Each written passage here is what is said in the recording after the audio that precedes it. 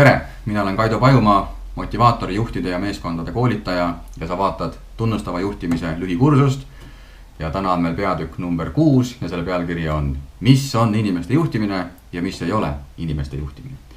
Kui me otsime kas siis majandusõpikutest või ka meile ülikoolis õpetati juhtimise definitsiooni, siis päris sagedasti me võime leida definitsiooni, mis kõlab umbes niimoodi, et juhtimine tähendab eesmärkide saavutamist inimeste kaudu.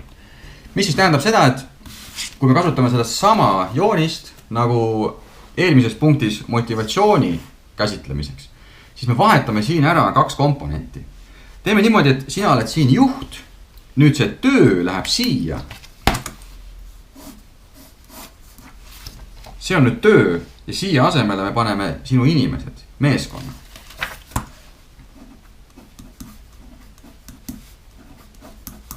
Niisiis, pilt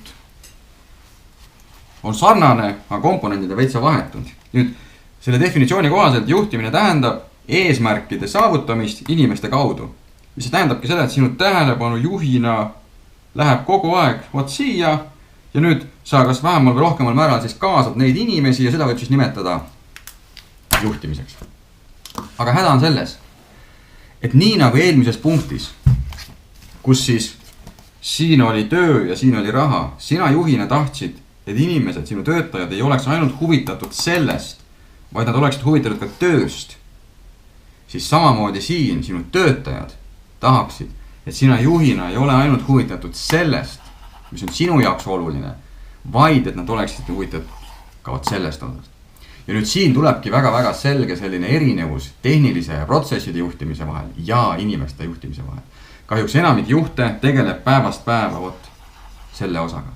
Töö, äri, numbrid, tähtajad, kliendid, plaanid, probleemid, ülesanded, kontrollimine, täideviimine, kõik see osa. Aga mis puudutab siis seda osa? Mis on see koht, mida üldse juht võiks teha, et inimesed tunneksid, et vot juhi tähelepanu mitte ei lähe kogu aeg meist läbi ja kogu aeg ei käi kõik selle ümber, vaid natukene käib ka selle ümber. Ja vot see on see koht, kus kohas tekibki seos eelmise peatükiga sisemiste motivaatoritega. Nii kaua, kui juhi tähelepanu on kogu aeg tema jaoks olulistel asjadel, siis inimesed ei tunne tegelikult, et nende sisemised motivaatorid oleksid kuidagi stimuleeritud. Kui aga juht hakkab teadlikult oma igapäevase käitumise, oma igapäevase juhtimisstiiliga ka esile tõstma töötajate sisemisi motivaatoreid, milleks olid siis meeskonnatunne, ehk siis on näha, on tunda, kuidas juht tegeleb selle meeskonnaga, võiks isegi niimoodi teha, sest juht ise on ka justkui ju meeskonna liige. On tunda, et ta muretseb selle pärast, kuidas meil meeskonnana läheb, et kas meil on ühtsustunne või ei ole. On tunda, kuidas moodile tegeleb sellega, et neid inimesi tegelikult usaldada, nendele rohkem iseseisvust anda, nendele otsustusvabadust anda, neid võib-olla kaasata rohkem sellesse protsessi. On tunda, kuidas juht tegeleb selle osaga, et inimestes tekitada selle tähenduslikkust siin. Et nad tunneksid, et nad on vajalikud, nad on kasulikud, neid tunnustatakse, neid väärtustatakse.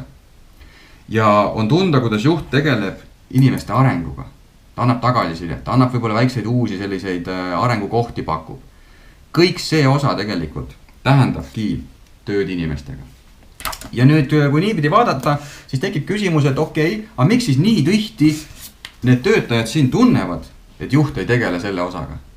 Ja võt minu selline lihtne selgitus sellele on see, et kuna ma puutun ikkagi juhtidega väga-väga palju kokku iga nädal, 3-4 erinevat nagu juhtide gruppi, siis ma olen tähele pannud, kuidas juhid käsitlevad tööd inimestega igasuguse kontaktina inimestega. Mis tähendab seda, et kui me läheme koosolekule, siis on juba töö inimestega, sellepärast, et inimesed on seal, mul on kontakt. Aga tegelikult mille ümber see koosolek käib? Kas see koosolek käib selle ümber või koosolek käib inimeste ümber personaalselt? Ja enamus koosolekuid käib selle ümber. Tihtilugu on ainult üks koosolek aastas, kus inimene tunneb, et okei, nüüd juhi tähelepanu peatus päriselt minul ja selleks on arenguvestlus. Üks kord aastas. Kujutad ette, et sa pead olema motiveeritud lähtuvalt sellest, et sa üks kord aastas näed, kuidas moodi juht pöörab sulle tähelepanu. Ja üldjuhul arenguvestlused on nii ebamugavad mõlemale osapoolele, sest see distants on inimeste vahel nii suureks lihtsalt läinud. Sest aasta otsa me oleme rääkinud ainult sellest. Ja nüüd me istume siin väikeses ruumis ja meil mõlemal on nii ebamugav. Ja tihtilugu see arenguvestlus siis kujunebki selliseks mõttetuks formaalseks linnukeste märkimiseks. mitte sisuliseks, avatud, usaldusväärseks dialoogiks, et aru saada, kuidas sul läheb. Kas sa oled motiveeritud või sa ei ole? Kuidas sul läheb selle sisemise poolega? Kuidas sul läheb sinu arenguga? See osa tegelikult jääb vajaka. Ja miks siis nii paljudel juhtidel tegelikult on raskusi selle osaga tegeleda, ongi see, et paljud tänased juhid on saanud spetsialistist juhiks. Nendel puudub lihtsalt juhtimisalane väljaõpe ja treening. Sa oled olnud mingi tippspetsialist, sulle pakutakse juhi kohta ja sa tegelikult jätkad seal seda spetsialisti tööd. Aga tegelikult nüüd saades juhiks, siis su töö peaks vähemalt 2 minema. Et okei, osa sellest spetsialisti tööst ka peaks jätkuma, eriti kui sa oled keskjuht või esmatasandi juht. Aga tegelikult osa sinu energiast peaks nüüd minema inimestele, personaalsele tööle inimestega ja kollektiivsele tööle meeskonnaga. Aga seda osa on nendel endistel spetsialistidel väga-väga ebamugav teha, sest nad ei ole harjunud, nad on harjunud kõike tegema läbi tehniliste protsessi, nad on kõike harjunud ise kontrollima, ise tegema ja nüüd on mingid inimesed oma päris tunnet, oma päris vajadust, oma päris hirmude ei taha. Ja siit tekibki kaugenemine, parem panen fookuse numbritele, nendega on lihtne, nendega on arusaadav ja selle poolega tegelen nii vähe kui võimalik. Ja nüüd siis aastas korra ma pean selle arenguvestluse ära tegema, sellepärast et personali osakond lihtsalt käseb. Muidu ma seda loomulikult ei teeks. Ja paljud ei tee ka, paljud leiavadki põhjuse mitte teha. Öeldes, aga kes siis päris töö ära teeb? Aga kui sa juhiks oled saanud, siis see ongi sinu päris töö. See oli päris töö siis, kui sa olid spetsialist, nüüd on see päris töö. Ja kui sa ütled juhina, et see on jätkuvalt päris töö, see tehniline ja see on selline ebamugav tüütu kohustus, siis sa oled lihtsalt juhi rollist valesti aru saanud.